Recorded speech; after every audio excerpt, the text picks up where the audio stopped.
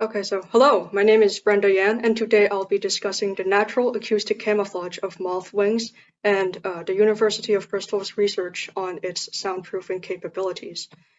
Now, many of you may think that moths are the drab, light-attracted versions of their butterfly cousins that frequent the lamp on your porch. However, as unsuspecting as they seem, some moth species have evolved sound-absorbing microscopic scales on their wings, giving them an acoustic invisibility cloak that helps them avoid getting eaten by bats.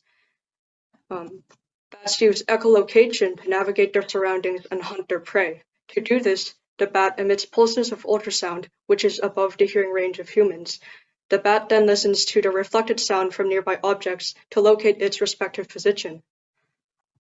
When bat sonar hits the scales on a moth's wings, the scales vibrate instead of reflecting sound. This happens because the scales have resonant frequencies in the range of bat sonar. All objects have a resonant frequency, which is the natural frequency at which they vibrate.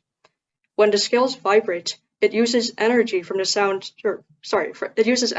bat's sound wave, leaving little to no energy in the form of the sound that is supposed to return to the bat. Without the returning sound, the bat cannot locate the moth. These scales come in various shapes and sizes, and because an object's resonant frequency depends on size, shape, and composition, one wing can absorb over a wide range of frequencies, from 20 to 80 kilohertz or even higher. As you can see in the scanning electron microscopy images to the right side of the screen, the top shows a cross-section of the wing with two base scales in pink and a cover scale in yellow. The individual base scales are paddle-shaped, such as the one shown in the middle image. A closer look at the internal microstructures reveals the ridges and the cross ribs of the base scale, shown at the bottom. Now, the question is, how do the wings function when they're covering a hard surface? To be potentially used in soundproofing applications, the wing must still be able to absorb sound against a hard surface. Researchers at the University of Bristol conducted a study to answer this question. In their experiment, the sound is projected at an aluminum disc covered by a moth wing sample. Aluminum is a very acoustically reflective material, and this means that it virtually reflects all of the incoming sound. The researchers measured the reflected sound with the wing and compared it to the amount of reflected sound without the wing to calculate its effectiveness in sound absorption.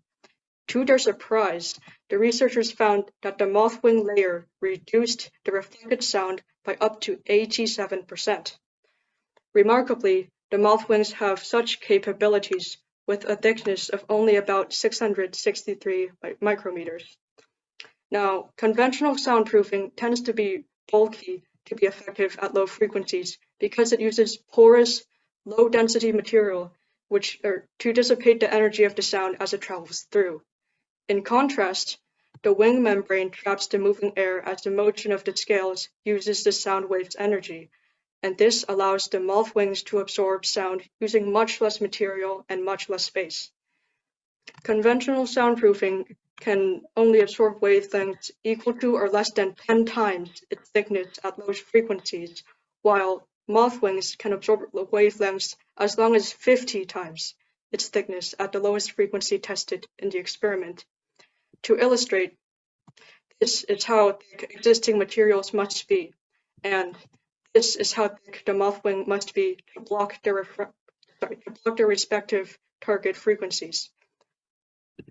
The amount of space that bio-inspired soundproofing could save is especially valuable in architecture. High-performance acoustic coatings for buildings, vehicles, noisy machinery, and military operations can be developed by adapting these scale structures to absorb frequencies in the range of human hearing. In the end, even in a creature as unsuspecting as a moth, nature has prevailed in creating something that human engineers have long coveted. Thank you.